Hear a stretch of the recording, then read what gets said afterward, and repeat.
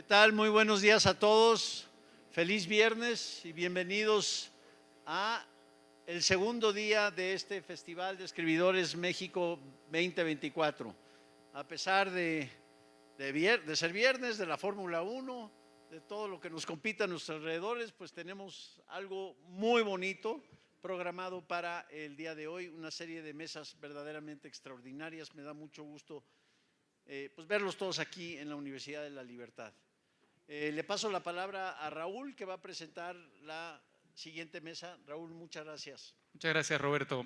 El día de ayer ya fue un día extraordinario, creo, la primera jornada de esta primera edición del Festival de Escribidores Ciudad de México, y estoy seguro de que la jornada del día de hoy no será menos. Vamos a comenzar con una mesa que yo creo que va a ser extraordinaria, que la vamos a disfrutar muchísimo. La hemos titulado Narrar desde los orígenes. Quizás lo primero que habría que preguntarnos es cuáles son nuestros orígenes y a partir de ahí, qué es lo que contamos. Para participar en esta mesa van a estar Karina Pacheco. Karina es escritora, editora y antropóloga peruana, ganadora del Premio Nacional de Literatura de Perú 2022 por El Año del Viento. Alberto Ruiz Sánchez. Editor, escritor mexicano, autor de cerca de 30 libros en ensayo, poesía, cuento y novela. Desde 1988 dirige la revista Artes de México. Ha recibido numerosos premios, incluyendo el Premio Nacional de Ciencia y Artes del 2017.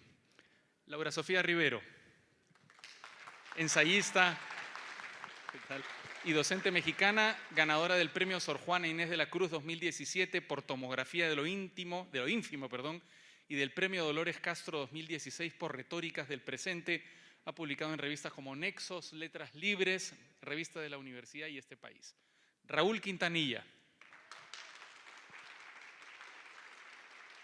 director y maestro en actuación, estudió y fue director del Centro Universitario de Teatro de la UNAM, transformándolo en el Centro de Extensión Académica, director del Cefat y asesor en Proyecto 40. Y quien coordinará la mesa será Marwan Soto Antaki, escritor mexicano destacado por su análisis en el mundo árabe. Colabora en medios sobre Medio Oriente y escribe la columna Apuntes Incómodos en Milenio Diario. Sus obras incluyen Casa Damasco, La Carta del Verdugo y Pensar Medio Oriente. Los dejo con Marwan. Hola, ¿qué tal? Muchas gracias. Gracias por acompañarnos. Gracias a Escribidores en su primera edición del otro lado del charco. Gracias, obviamente, a la Universidad de la Libertad. Hay varias cosas que creo que es importante arrancar con ellas. Esta, para quienes no lo sepan, que no, entiendo que no todos son alumnos acá, es una universidad mucho más orientada hacia negocios, ¿no? Y uno podría pensar qué hace algo como Escribidores en un lugar donde se habla de negocios, de, supongo que mercadotecnia, del mundo real, ¿no? del mundo horrible, ¿no? Hay que recordar una cosa, y que es quizá la utilidad de la cultura y la literatura como uno de los instrumentos de la cultura. No solamente es ese en el lugar común que yo odio, el que nos permite hablar de las otras cosas que no se hablan en ningún lado y bla, bla, bla, sino que es lo que nos permite interpelar con nosotros mismos, lo cual es particularmente importante cuando pensamos en el origen, y nos permite problematizar nuestra propia realidad, que eventualmente terminará dentro de las actividades reales de la vida, como los negocios y demás. ¿Por qué? Porque hay pocas cosas más reales que lo que nos interpela y lo que podemos problematizar. Estoy también contento porque las dos mesas anteriores, si es que vinieron ayer, todo el mundo se quejó de que les habían cambiado el nombre constantemente de las mesas. Y esta no la han cambiado para nada. Desde el inicio esta había sido el título original. Entonces se lo agradezco a Tola por haber hecho eso, ¿no? Efectivamente hay que pensar, quizá lo primero es cuál es el origen y de qué hablamos cuando hablamos de origen. Y más de qué hablamos de origen, ¿qué quiere decir hablar de origen? En una época donde quizá haya habido cierta perversión y muy problemática para situarnos en qué es el origen. El origen definitivamente siempre va a ser identidad. Si alguien dice ¿qué soy? ¿Cuál es mi origen? Soy mexicano, en mi caso soy sirio-mexicano, soy de tal lugar, soy peruana, ¿no?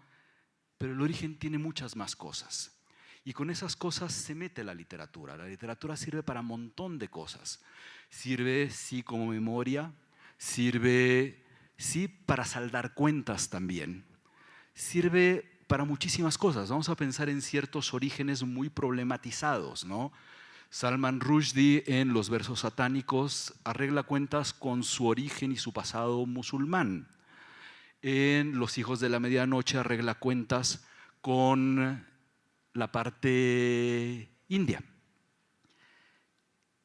¿Qué es ese mosaico de cosas que conforman el origen? Es lo grandote, las nacionalidades, que es lo que al menos yo más detesto. Si hay un origen que detesto es el origen nacional porque lleva a la exacerbación y a los identitarismos y demás.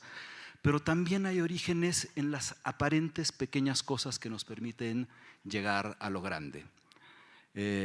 Voy a hablar de tu padre, Álvaro. En la última novela es Perú, pero es Perú a partir de la música y es a partir del vals. Es algo que parecería pequeño. El origen se conforma de esas cosas pequeñas y de esas cosas grandes, y de las cosas pequeñas podemos llegar a las grandes. Entonces, vamos a empezar con ese tema. Y en un ejercicio súper arbitrario, que es lo que me permite tener el micrófono ahora, va a empezar quizá alguien que ha jugado con muchísimos orígenes. Alberto Roy Sánchez, ¿cuáles son esas pequeñas cosas que conforman los orígenes de los que provienes y de los que quieres escribir y has escrito? Sí. Bueno, gracias, Marwan. Peligrosísimo que me hagas una pregunta tan amplia, pero bueno, te trato de responder sintéticamente lo que me hizo pensar el título de la mesa. Primero, me parece un título extremadamente incómodo. Me perturba muchísimo por varias razones. Primero, la palabra narrar, y después los múltiples significados de orígenes. Para empezar, hay un llamado a definir una identidad, y yo me inconformo un poco siguiendo a uno de nuestros maestros, que es Amin Maalouf, ¿no?, que escribió un libro fabuloso sobre los orígenes que se llama Identidades asesinas. El libro en francés se llama, no por casualidad, En nombre de la identidad. Pero él tiene la idea de que las personas que reclaman una sola identidad con frecuencia se convierten en intolerantes y de intolerancias que llevan incluso al asesinato. A mí me parece muy justo la invitación que él hace a volverse alguien que reclama múltiples identidades. Él dice, hay que reclamar la identidad de un poco, aunque sea, del país donde vives y la identidad del mundo. Atreverse a tener la identidad de la aventura humana. Y él sueña algo que ahora es terriblemente desgarrador. Él sueña un Medio Oriente donde judíos, árabes y cristianos reclamen una identidad en común, lo que podemos compartir. Bueno, y tú y yo hemos reclamado de diferentes maneras la presencia del árabe en nuestra lengua y en nuestra cultura, ¿no? Ese es algo que es muy importante para nosotros. Para mí, como mexicano, además, trabajando en una institución que se llama Artes de México, que se ha dedicado 36 años a explorar los rasgos de identidad de algo que también yo llevo encima, que es y que tiene que ver con lo de los orígenes, el carácter de migrante. Yo soy un migrante interno. Yo comencé a ser escritor por pertenecer a una familia sonorense que disfrutaba los relatos de todo este grupo emigrado a la Ciudad de México. El placer de escuchar y compartir historias en el seno familiar, o sea, vengo de una familia que habla mucho, es parte de forjar mis identidades. Y viajando por todo México, lo que yo trato es justamente de escuchar esas otras identidades, porque un sonorense en Yucatán o en Michoacán es un extranjero, completamente. Y a tal grado que cuando tú te enriqueces con esas otras identidades, regresar a Sonora también forja un tema de identidad. Me voy rápidamente al problema de narrar. Para empezar, yo no me defino como un narrador, aunque pueda ser clasificado como un narrador, porque lo que yo escribo son cosas raras, no son novelas exactamente, no son poemas exactamente, no son ensayos tampoco, mi serie de libros principales, pero al mismo tiempo tienen algo de lo demás, pueden ser desclasificados y descalificados. Por ejemplo, mi novela sobre Akhmatova ha sido descalificada porque es más ensayo que novela para algunas personas, ¿no? Es decir, para mí es importante que haya siempre deslumbramiento de la poesía, el asombro, que haya una reflexión y que haya una narración. Tengo un libro que se llama 9 veces el asombro, que fue publicado en Sevilla como poema, en la revista Sibila, que fue publicado en Francia como roman, traducido, como dicen ellos, del mexicano, porque así dicen ellos. Y fue publicado en Estados Unidos como un ensayo. No es nada de eso y es todo a la vez. Me parece, acaba de ser publicado en Marruecos como una cosa que llaman adab, que es un término que ha evolucionado, es un término histórico, que comenzó siendo una cosa, pero que actualmente es el género que permite la mezcla de géneros. ¿Por qué? Porque los géneros son culturales, tienen una marca cultural y de pertenencia. Entonces a mí me molesta mucho siempre que me clasifiquen de una manera o de otra, ¿no? Cuando soy de géneros cambiantes, ¿no? Entonces reclamar el adab también para mí tiene otra cosa que tiene que ver con qué significa escribir para mí, que es que no tengo que ser fiel a la tradición literaria. O sea, yo, por ejemplo, tomo mis estructuras el ejemplo de las estructuras, de estructuras artesanales. Mi conjunto de novelas sobre Mogador sigue las estructuras de las composiciones de mosaicos que se hacen en el mundo árabe de una manera muy peculiar y una geometría que para mí es el origen del barroco, que aquí me relaciono con Perú incluso, ¿no? Y este tomar del mundo artesanal o de la música o de cosas que conozco es un reclamo de que mi identidad tampoco está completamente en la literatura. Te voy a decir, para cerrar, hay gente que dice, mi identidad, mi patria, lo decía Octavio Paz, es mi lengua. Yo te digo, no, para mí es la escritura, no es la lengua. Yo no vengo de la lengua, yo vengo de mi escritura es mi hogar. Esto lo dice Cristina Pérez Rossi.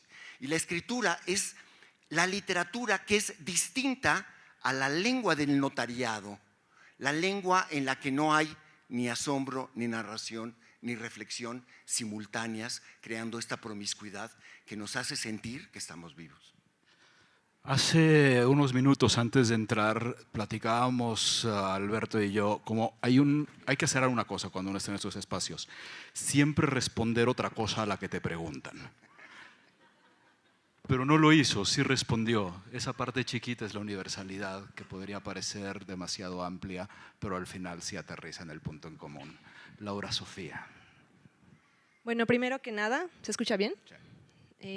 Quiero agradecerles por la invitación a estar aquí. Soy secretaria de redacción de la revista Letras Libres y para nosotros es un placer formar parte de un evento como este. Nos da muchísima felicidad poder entablar pues todas las conversaciones que ya desde hace un par de días han iniciado. Al respecto de los orígenes, curiosamente pensé cosas similares a las que ya se han comenzado a plantear aquí y retomando también parte de la conversación que siempre inicia antes de los eventos, en esa antesala en donde comenzamos a intercambiar ideas, hablábamos hace un momento acerca de que yo, por ejemplo, tengo una suerte de herencia o de pertenencia a la parte periférica de la Ciudad de México, que es el Estado de México, y particularmente un municipio que es Tlalnepantla de Vaz. Curiosamente, aparentemente pertenecer, y uso quizá unas comillas en esa palabra, a la periferia, significa no ser parte de ningún lugar. Y lo digo así porque si uno sale de la ciudad a algún otro lugar de México, te pueden preguntar, ¿de dónde eres? Y si tú pronuncias del Estado de México, eso no significa absolutamente nada. Puede ser la Ciudad de México o puede ser cualquier otro estado. Es ese cinturón, esa periferia. Y creo que es algo que yo he notado desde pequeña, que forma parte no solo de mi falta de identidad, sino de la falta de identidad de muchas personas que me rodean, porque Tlalnepantla es un territorio en donde hay una población flotante, gente que no necesariamente habita allí o hace su vida allí, sino que sale de ese lugar a la ciudad o a otros lugares a estudiar, a trabajar, y solamente es un territorio que se convierte como en una suerte de cama, de habitación solamente usada para las noches, para el descanso. Para mí siempre ha sido difícil eso, saber que vengo de una parte periférica en donde mientras otras personas se sienten muy cercanas a su colonia o al estado de donde vienen, yo no siento ninguna pertenencia con ese lugar. Yo no siento que pueda decir, estos son nuestros platos típicos, estas son las palabras que usamos. Y desde pequeña he sentido que no tengo una suerte de patria pequeña de la cual sentirme orgullosa o de la cual sentir que pertenezco. Pero creo que esa falta de identidad es para mí algo pues gozoso, porque creo que pienso en los orígenes no como esas determinaciones que te dicen quién eres, sino en una posibilidad de uno crear sus propios orígenes. Y para mí la literatura es eso, un espacio para crear mis propios orígenes. Si a mí alguien me pregunta quiénes son mi familia, lo tengo muy claro. Creo que son Montaigne, Hazlitt, Lamb y otros autores del ensayo que me han dado también ese lugar, ese municipio, esa colonia que nunca me ha dado una identidad desde que era pequeña. Si alguien me pregunta quién es mi mejor amigo, lo tengo muy claro también. Probablemente sea Chesterton, casi todos los días. Entonces, pensar en la literatura como un lugar donde uno se crea sus propios orígenes, siento que es un verdadero regalo, no solamente para mí, que creo no pertenecer a ningún lugar, sino para cualquier persona.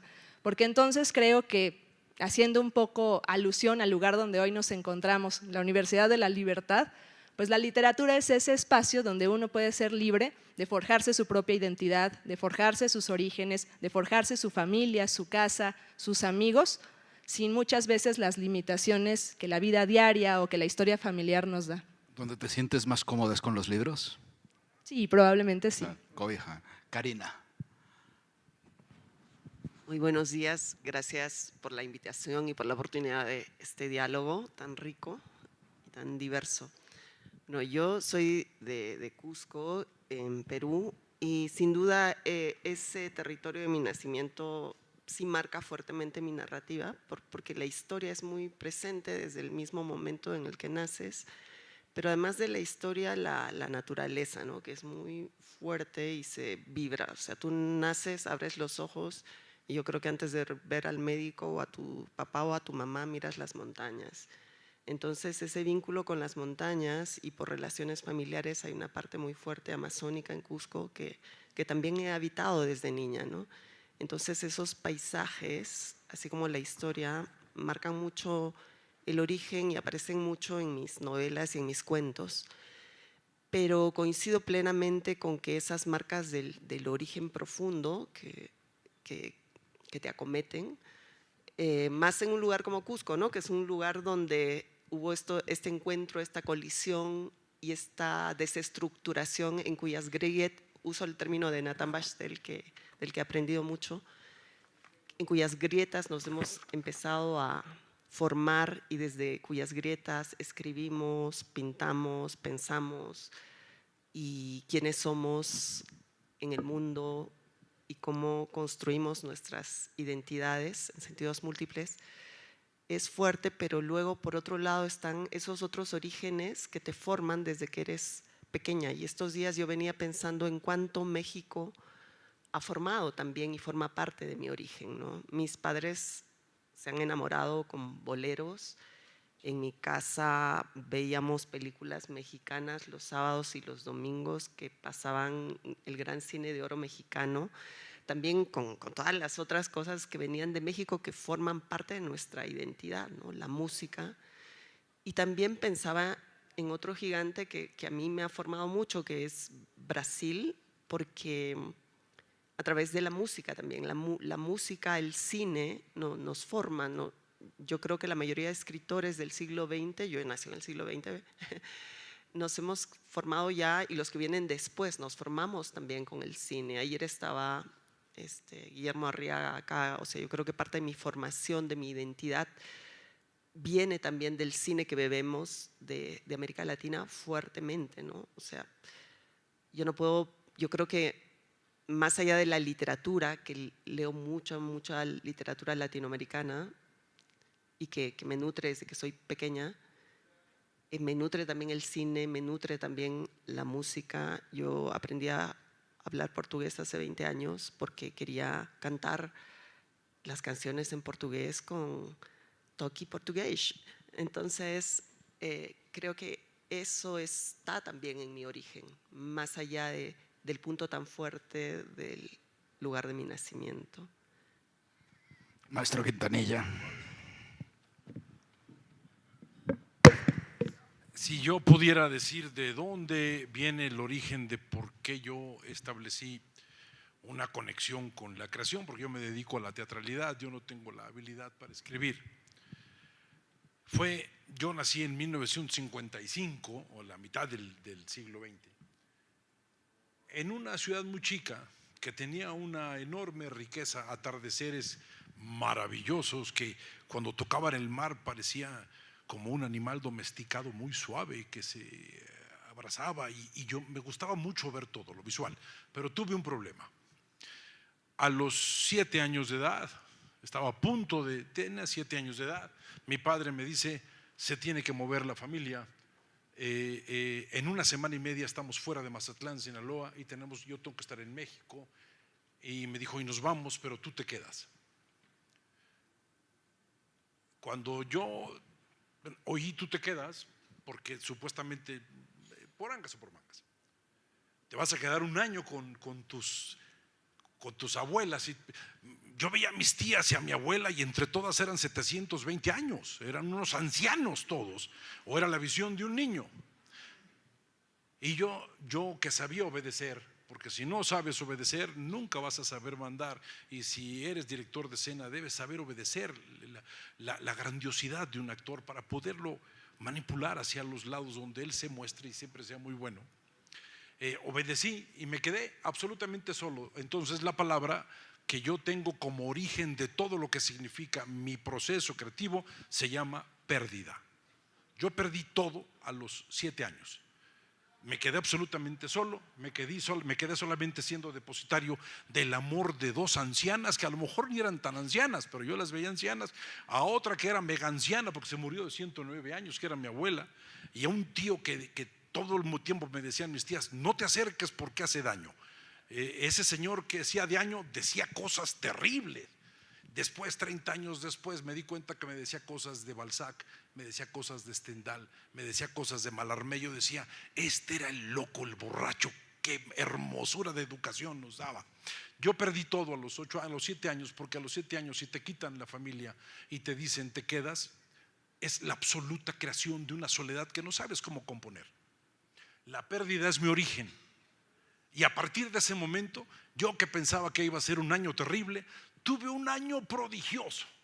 Las viejas me enseñaron a conversar, me enseñaron a comer en la mesa, me enseñaron a leer, me enseñaron el placer de la oratoria. Mi tío me decía unas cosas espantosas y eran ideas de Verlón, y me decía cosas de Paul Valéry y cosas muy feas de literatura francesa que yo me quedaba callado y yo no entendía nada, pero fue un año verdaderamente espléndido a partir de que perdí absolutamente todo. Interesante, llegan por mí un año después, sí cumplieron la promesa, ¿sí? Y yo no quería irme, entonces doblemente pérdida. Después perdí a todo ese mundo de ancianos que me dieron el 90% de las imágenes con las cuales yo creo ficciones en el escenario. Todo lo que hago tiene una imagen que yo viví, que yo sufrí, que yo entendí. Un día puse una puesta en escena donde una mujer pegaba un berrido y volvía loco al teatro, y después de eso eran como 20 minutos llorando, y digo: yo me equivoqué de tono porque el tono era otra cosa, pero era muy conmovedor. Y esa historia la saqué de una historia de mi familia, porque a mi abuela la dejó en la calle su esposo, porque le vendió todo, y luego fue muy buen marido, pero le despojó de sus haciendas y de todo. Entonces esta mujer me contó que un día se quería matar y iba a pegar un berrido, pero el día que se quería aventar al tren, vio la cara de mi madre y de mis 2 tíos y dijo: yo me tengo que detener. Pero me causó gracia el berrido. Yo hablaba mucho con ella porque mi abuela estuvo 30 años encerrada, diagnosticada con una esquizofrenia, y yo creo que era un mal diagnóstico, era una forzada de la sensibilidad. y hablaba muchas cosas conmigo porque me tenía mucha confianza, doña Mélida. Y un día dirigiendo una obra de un hombre canadiense, había una escena idéntica de que alguien le vendió todo a una mujer. Y yo dije, es momento del berrido de la abuela. Y cuando a la actriz le dije, caminas por acá, haces por acá y pega usted un berrido, porque yo a nadie le hable de tú, porque yo estoy muy acomplejado y soy sinaloense y a todo el mundo le hablo de usted. Y por eso digo, ¿cómo le va, maestro? Hábleme de tú. ¿Y cómo decirles que yo no puedo hablar de tú? Esto es muy malo para la salud. Y yo le dije a esta actriz, haga esto y pegue un berrido. Y me dijo, ¿y por qué el berrido? Luego le explico, téngame confianza. Pegó el berrido y los actores se quedaron callados. Bueno, esa escena, como le expliqué, era de un berrido de una abuela materna. El momento clave fue cuando llegó mi madre y sus 3 hermanas, que eran seres prodigiosos, el tótem. Mi madre, 93 años, sigue viva, maneja 7 idiomas, es lúcida. Tengo miedo de que un día le pase algo, porque tiene 93 años. Y cuando oyeron el berrido, la señora tótem de mi familia, que era la madre, volteó con sus hermanas. Y yo dije, ya se enteraron. Acabó la obra y me dijo, ¿cómo supiste? Porque la abuela me contó, era un secreto familiar, ya no, lo sabe el público. Y como ya no es secreto familiar, es momento de corregir una serie de cosas y una serie de mandatos. La pérdida me agarró, pero de haber perdido todo y quedarme solo y haberlo recuperado un año después, yo ya no era igual. Yo ya había entendido el valor de la nostalgia de regresar a un lugar que se llama Mazatlán.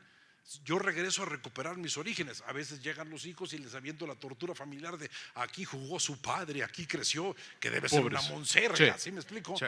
Pero bueno, ya no la digo, pero sin embargo sé perfectamente y guardo perfectamente una imagen que es mi origen y mi doble origen. Cuando me fueron a recoger y yo perdí a las 2 viejas que me dieron tanto cariño durante un año, me subí al carro, que era un Studebaker, un carro maravilloso, Studebaker, quedan 40 en el mundo. Mi papá me regaló el suyo y yo lo vendí, soy un imbécil verdaderamente.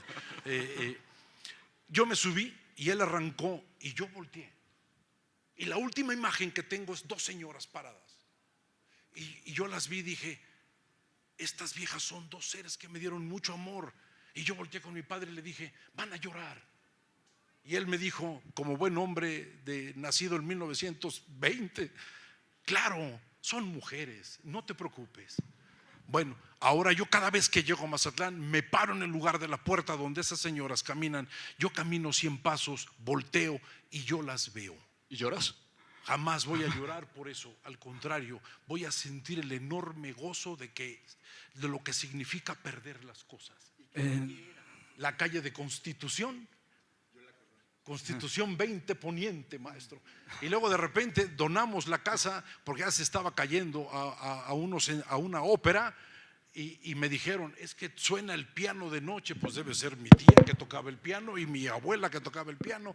Y yo solamente he vivido de poder recordar lo que significó la pérdida y un librero que me encontré donde estuvo todo. Ya me callo para que sigan. Sí, claro.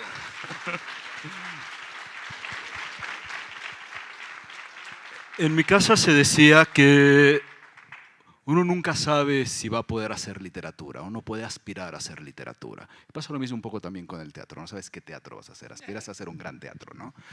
Pero no sabes si lo vas a lograr. Y todo depende de lograr un equilibrio entre el mundo de afuera y el mundo de adentro, entre lo privado y lo público.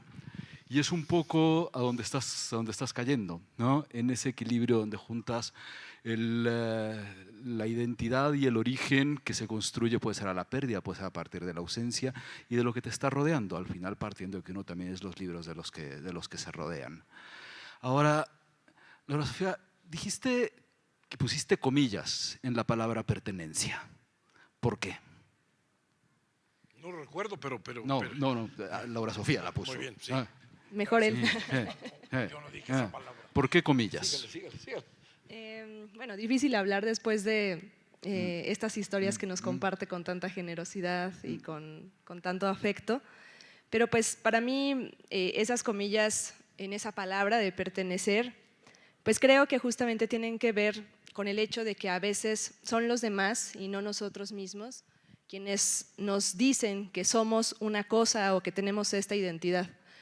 Quizá es una experiencia compartida cuando uno ve ya impresa esa imagen, esa idea, esa historia con la que estuvo trabajando, sabe que ya le pertenece a los demás, y en ese saber que le pertenece a los demás también tienen la capacidad de darte una identidad, de darte una pertenencia, de darte orígenes que tú muchas veces ni siquiera has elegido.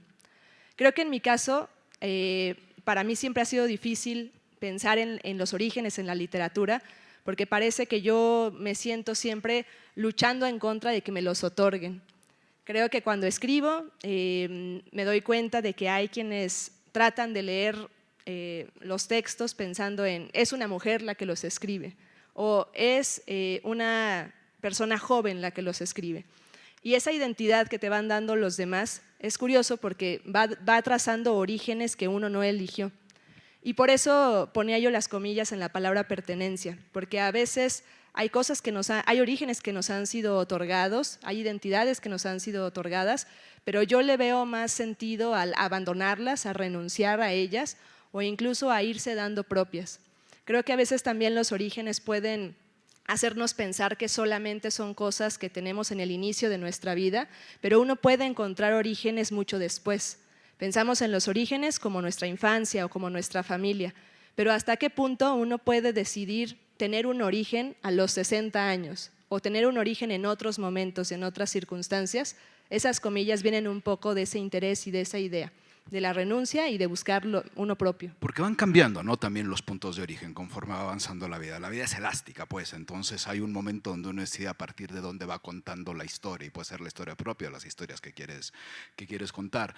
Pero al mismo tiempo, a la hora que le metes comillas, abres la puerta a una preocupación fuera quizá del ámbito literario, pero que se mete en él, que es el uso político de la pertenencia y del uso político de los orígenes.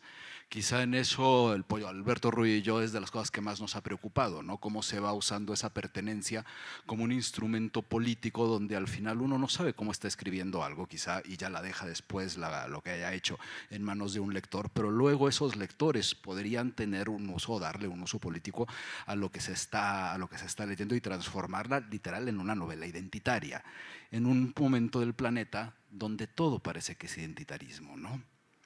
¿Nos preocupa el uso del identitarismo en la literatura, Alberto? Por supuesto, tomas un tema candente, ¿no? Y que vinculándolo con algo que está en la mesa, en el comentario de todos, es que la identidad no es algo con lo que naces, sino es algo que se va formando a lo largo del tiempo, que no son solamente las raíces, que es una concepción muy anglosajona y norteamericana, sino también son las ramas y las flores. Y esas a veces las cultivamos, a veces nos las podan políticamente, ¿no? Y ahí es donde entra también la rebelión contra la identidad que te ponen, ¿no?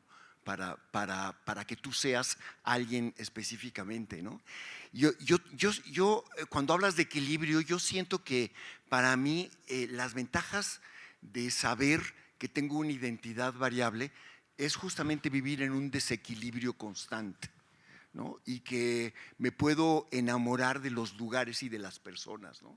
Por ejemplo, yo amo Mazatlán y cuando te pregunto qué calle y me dices Constitución, yo estoy pensando tú que eres un hombre de teatro, en el Teatro Ángela Peralta, que tiene un árbol en medio. No, tenía un árbol en medio porque se cayó el techo.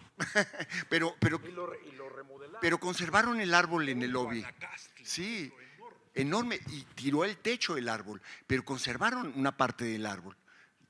Eso me encanta.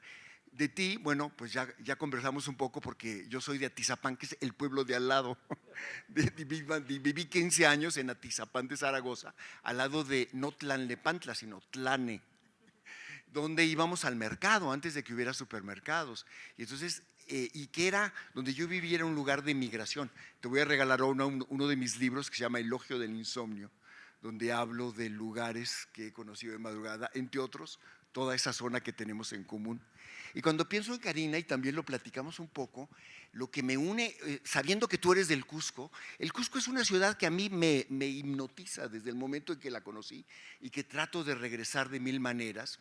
Y el uso político de esa ciudad está vinculado al hecho de la marca jesuítica, que para mí es muy importante porque es la forjadora. O sea, el Cusco y México tienen como algo común la marca jesuítica, que es la prevalencia del barroco, la idea de una independencia sin guerra, que en México fue muy, muy importante por Clavijero, y que para mí el mundo barroco, que además está la ruta barroca, como me decías, a cargo de los jesuitas, existe solamente como un producto, y es una hipótesis muy personal, de la geometría de la vida árabe.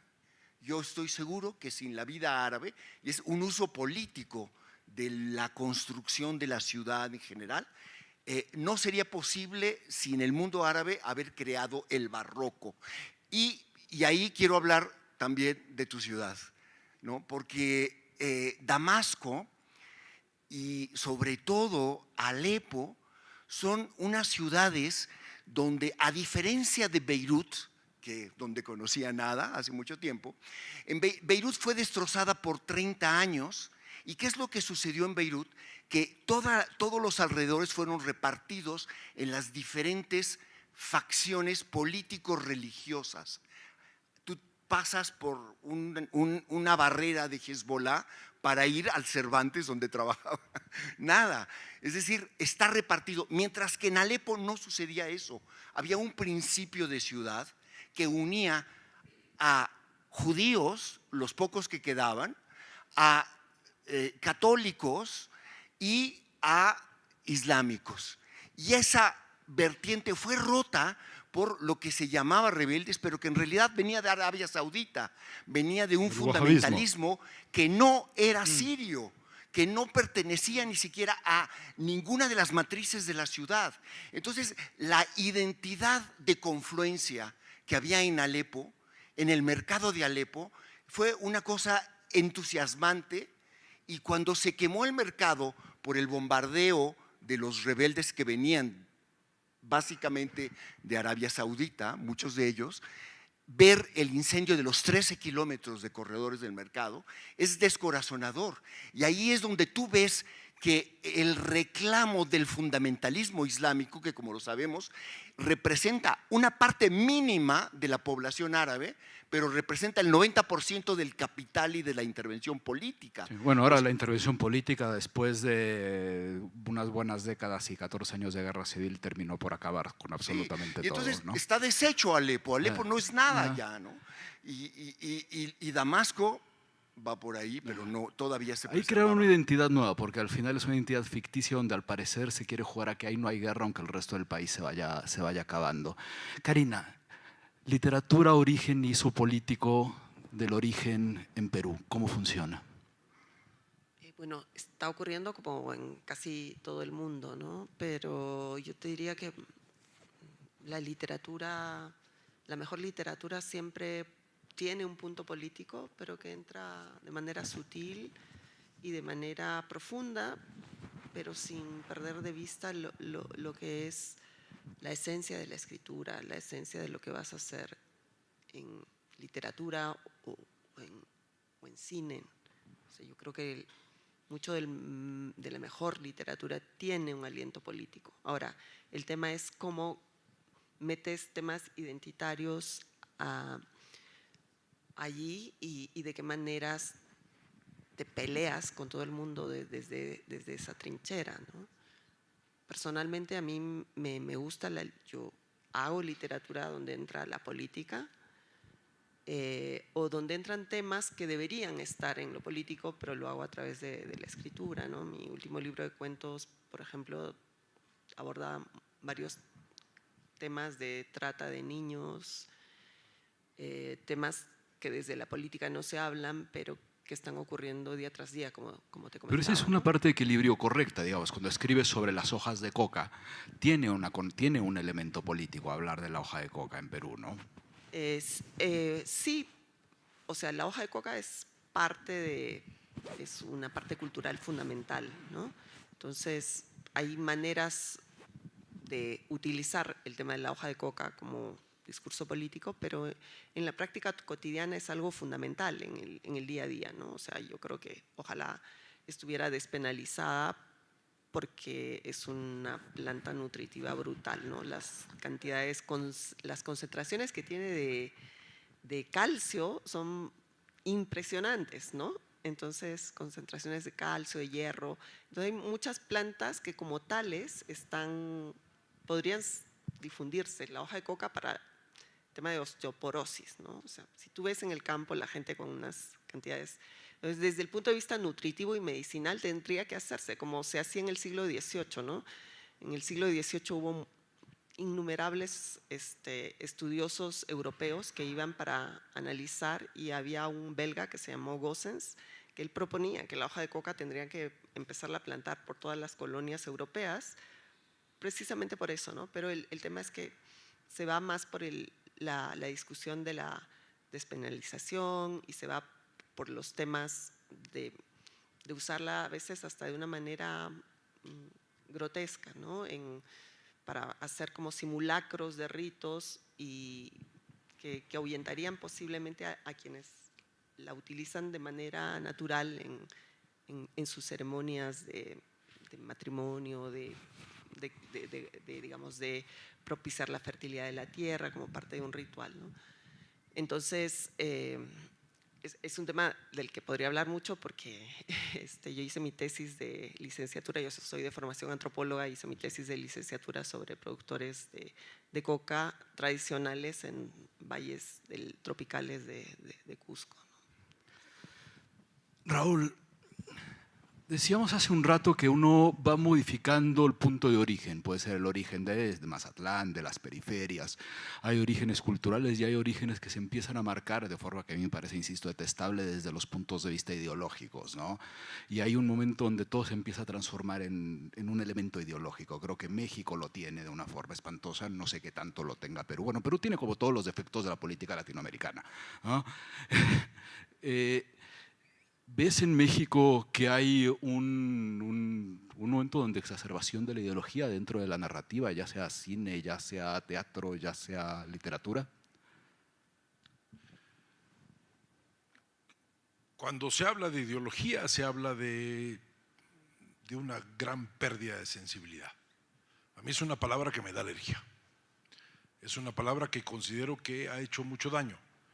Y fuimos formados todos con ese proceso de responder a una ideología. A mí me preocupa, lo que más me preocupa políticamente con respecto al arte es que creo que están desnaturalizando el lenguaje.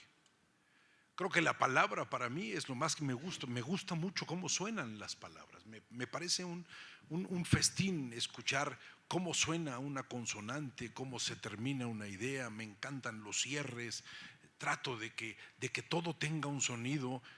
Las preguntas me parecen un gran homenaje a muchas cosas, pero me preocupa la desnaturalización de un lenguaje utilizado para una supuesta ideología, porque ya ni siquiera son ideologías, son intereses creados, transformados en una absurda cascada de ideas que no tienen el más mínimo sustento a través de las mismas palabras que dicen. Yo he admirado muchos años y he leído muchos años y he estudiado muchos años a un hombre que me parece prodigioso, que se llamó George Steiner. Me parecía grandioso, ¿sí? Él hablaba de un neolenguaje y él dijo una frase: llegará un momento en que la palabra placer y la palabra repugnancia signifiquen lo mismo al paso que están diciéndose las cosas. Ya el valor de la palabra no tiene consistencia. Le han metido a la palabra, para poder sustentar la ideología, una especie de personalidad basada en la exacerbación de los temperamentos y de los humores, y entonces el que más berrea y grita supuestamente es el que parece más brillante, o es el que parece que tiene la razón.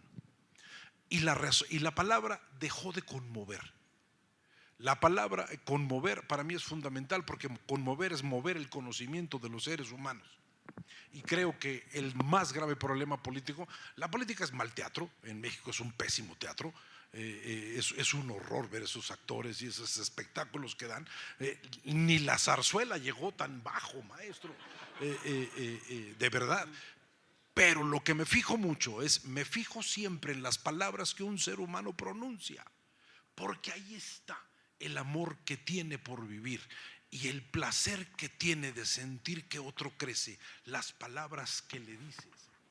Vaya, al fin de cuentas, somos, como decía Pitol, sumas mermadas por múltiples restas. Nos están restando el lenguaje y es momento de buscar recuperar. Pero me callo porque ya hablo mucho.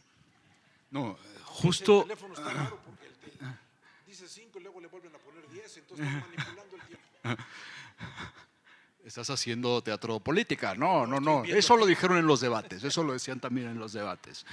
Creo que el problema de la desnaturalización del lenguaje es que al final es nuestro punto de encuentro. O sea, el punto de encuentro de todos los que estamos acá. Y como decían ayer en más de una mesa, es lo que nos permite, ya estén de Perú, ya vengan de España, ya vengan del resto del continente, nos permite tener el punto común. Si vamos perdiendo el punto común, las cosas se ponen un poquito más complicadas, ¿no?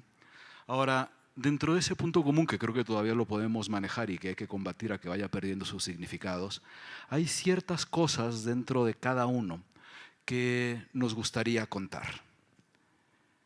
Karina, ¿qué origen te falta por contar y que te gustaría entrar a él? Pues yo te diría el de caminar por las montañas. O sea, yo hago montañismo, y entonces hago montañismo no solo en Cusco, sino a donde voy, ¿no? Cuando he estado en Creta, he hecho mucho montañismo por ahí, y ahí encontraba esa fascinación, lo que te cuenta el paisaje permanentemente. A mí eso me marca, me nutre. Últimamente he estado pasando largas temporadas en África y caminar por las colinas de Ruanda y pensar todo lo que pasó ahí hace solo 30 años y estar en medio de esas colinas caminando con seguridad, que parece increíble, me nutre. Yo ahí simplemente me dejo atravesar y creo que eso se mezcla con todo mi origen y me amplía la mirada, me amplía la posibilidad de mirar al mundo, ¿no? Vámonos en orden. Alberto, ¿qué origen falta por contar? Has contado muchos, o sea, si has pasado por todo el Sí. planeta. ¿Algo falta? Sí, falta muchísimo, por supuesto.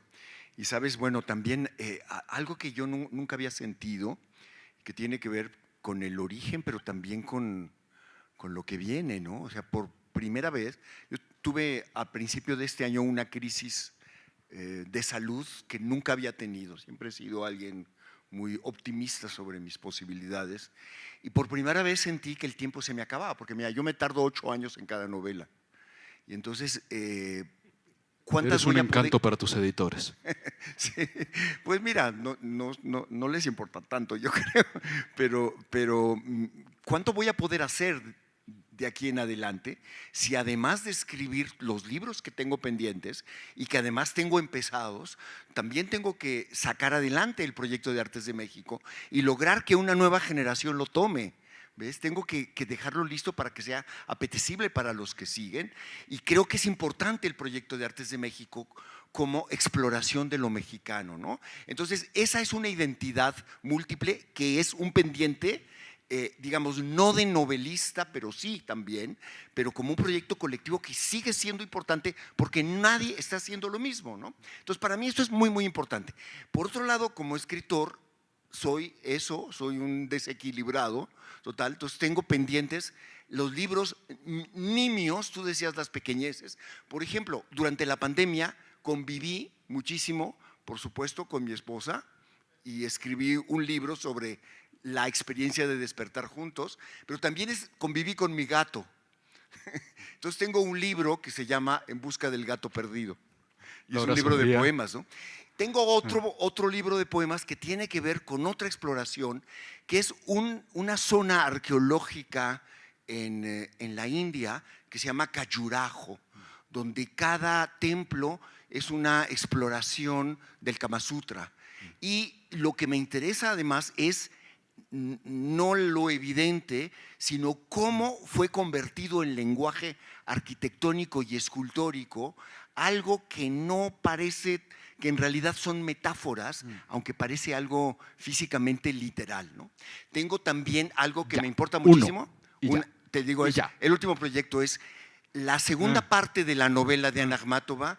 La editora de la novela, escrita en publicada en 1920, dice: editado por fulanita ucraniana en el exilio, es decir, que es de Crimea, ¿no? ¿Y qué es lo que pasa? Que a esta mujer le han pasado muchas cosas, entre otras el uso político de la identidad de los niños secuestrados, 20,000 niños secuestrados en Ucrania para robarles la identidad y rusificarlos, de los cuales la UNESCO ha recuperado 300. Y tiene una orden de aprehensión por la Corte Penal, por eso. Exactamente. Laura Sofía, rápido para dejarle a alguien del público hablar. Para mí lo que me hace falta narrar de los orígenes es la falta de casa. Okay. Siento que la falta de casa, hablando de ideología, es fácil ponerla en nombres muy sencillos como crisis de la vivienda o Airbnb, etcétera, etcétera, etcétera. Pero para mí la falta de casa explica muchas cosas de mí misma, explica por qué, no sé, alguna de mis abuelas dice que la primera casa que encontró se la dio por un milagro el niño de Atocha, pero también explica por qué cuando leí las Metamorfosis de Ovidio y vi que Cadmo está buscando una señal para saber dónde fundar una ciudad, fui descubriendo que esa falta de casa es de verdad un origen de una ansiedad, de una desesperación que no solamente es mía, sino que es humana. Y para mí la palabra origen significa eso, hurgar hasta los últimos lugares, hurgar con profundidad en algo donde no me explico a mí misma, sino me explico por qué yo me encuentro también en lo que sienten y expresan otras personas. Gracias. Raúl, rápido. ¿Origen que falta? Como mi origen, que dije yo, empezó en la pérdida que yo tuve y allí todo me cambió. Creo que por eso le di un enorme privilegio a la memoria. Me encanta la memoria, me encanta narrar historias y siento que la memoria nula es la que más hay que hacer funcionar. Tengo un placer narcisista saber que mi obra ha quedado en la memoria de otros seres humanos. O sea, mi trabajo quedó en la memoria, pero tengo una enorme carencia. No he podido explicar en ninguna puesta en escena la importancia de dos imágenes. Las espaldas chiquitas de mis 3 hijos, que yo los vi con espaldas chiquitas y ahora son unos mondagones enormes, ¿sí? Y lo que yo sentí cuando conocí a mi esposa, que fue algo prodigioso y ella me enseñó a ser una persona decente. Yo no hubiera hecho los últimos 25 años de una manera tan creativa si no hubiera tenido a ese ser que no me completó, sino que me hizo pensar que era momento de tomarme la vida en serio.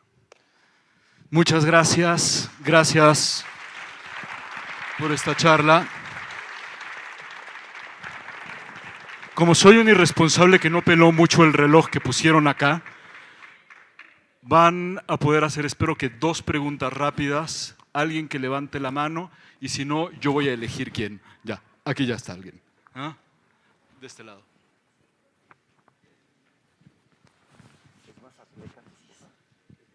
Bueno, hola, mucho gusto, yo soy Julia. La literatura o el arte son extremadamente subjetivos y aparte de su magia, y parte de su magia es que las personas pueden recibirlo y entenderlo a partir de sus vivencias, de sus orígenes y de cómo toman ellas la obra que ahora es pública. Si las personas toman un cuento, una novela o incluso una canción y se politiza, puede llegar a ser importante para una sociedad. ¿No creen que una vez que pones tu arte afuera, el mundo lo interpreta dependiendo de sus necesidades y eso está bien y eso es positivo de alguna forma porque mantiene tu obra a lo largo del tiempo?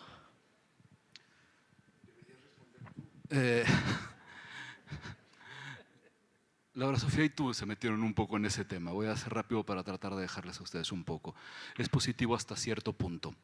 Si hay un momento en que se transforma en propaganda e identitarismo, no. Hay que diferenciar entre identidad y identitarismo. La exacerbación de la identidad hace muchísimo, muchísimo daño porque excluye al otro. Me da igual si permanece, si algo permanece de mala manera. Espero que no ocurra, la verdad.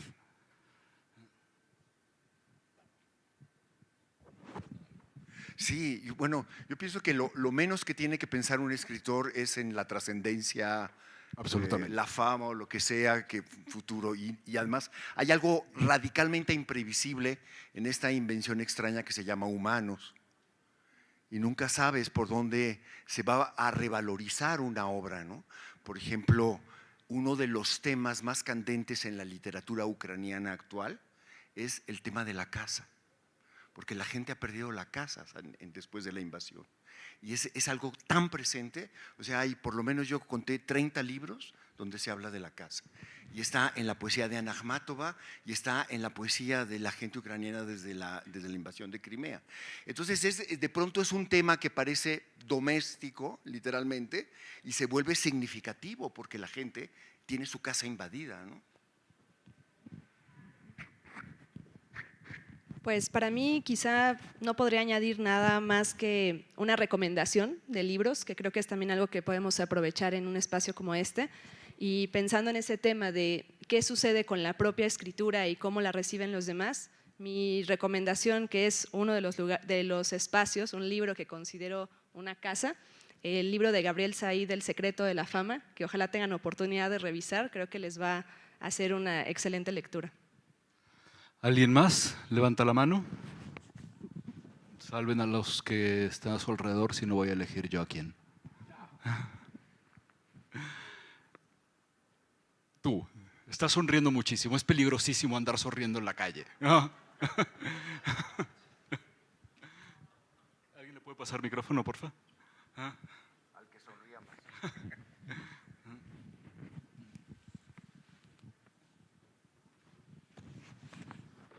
Hola, buenas tardes. Francisco. Bueno, hablando de temas de orígenes, ¿cuál ha sido un... Sí, ¿qué haces en estos momentos en el que olvidas tu origen y cómo regresar a ellos para no perder como esta visión original o el cómo se ha ido transformando y que no haya un corte entre el paso de las obras? Karina. Yo creo que más bien es súper enriquecedor, o sea, desplazarte y salirte de tu origen para explorar en otros mundos y abordarlos desde la literatura o el arte. Para mí, yo tengo una novela que se publicó en el 2013 que se llama El bosque de tu nombre y está enteramente enfocada en Guatemala y escrita desde el hijo de un exiliado guatemalteco que está en Londres, ¿no? Entonces, claro, son dos países que Londres yo lo conocía cuando empecé con la novela, Guatemala todavía no, salvo a través de la literatura o de estudios de memoria histórica. Y para mí fue enormemente rico salirme y me tuve que ir del Perú. Me financié un autosabático para escribir esa novela y es una experiencia que me gustaría volver a tener porque te enriquece enormemente y desde luego hay muchos ecos de Guatemala con la propia historia peruana que también de algún modo me facilitaban entrar a tallar en esa historia y en ese mundo y encontrar paralelos y también cosas muy diferentes. En ese sentido a mí me parece enormemente rico y diría que no me costó luego volver y como escritura me parece un reto fascinante, ¿no? Fascinante. Muchísimas gracias por acompañarnos, gracias de nuevo a la Universidad de la Libertad, gracias escribidores, gracias Tola, Álvaro, muchísimas gracias.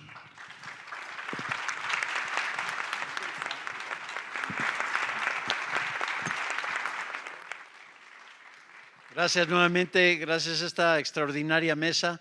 Tenemos ahora un receso, un coffee break de aproximadamente unos 10 minutos. Vamos un poco con tiempo, pero la verdad es que había que alargar el tiempo de este maravilloso diálogo. Recuerden que tenemos el stand de Gandhi para aquellos que quieran sus autógrafos con algunos de los escritores que aquí nos acompañan. Así que nos vemos en 10 minutos. Muchas gracias nuevamente. Preciosa mesa.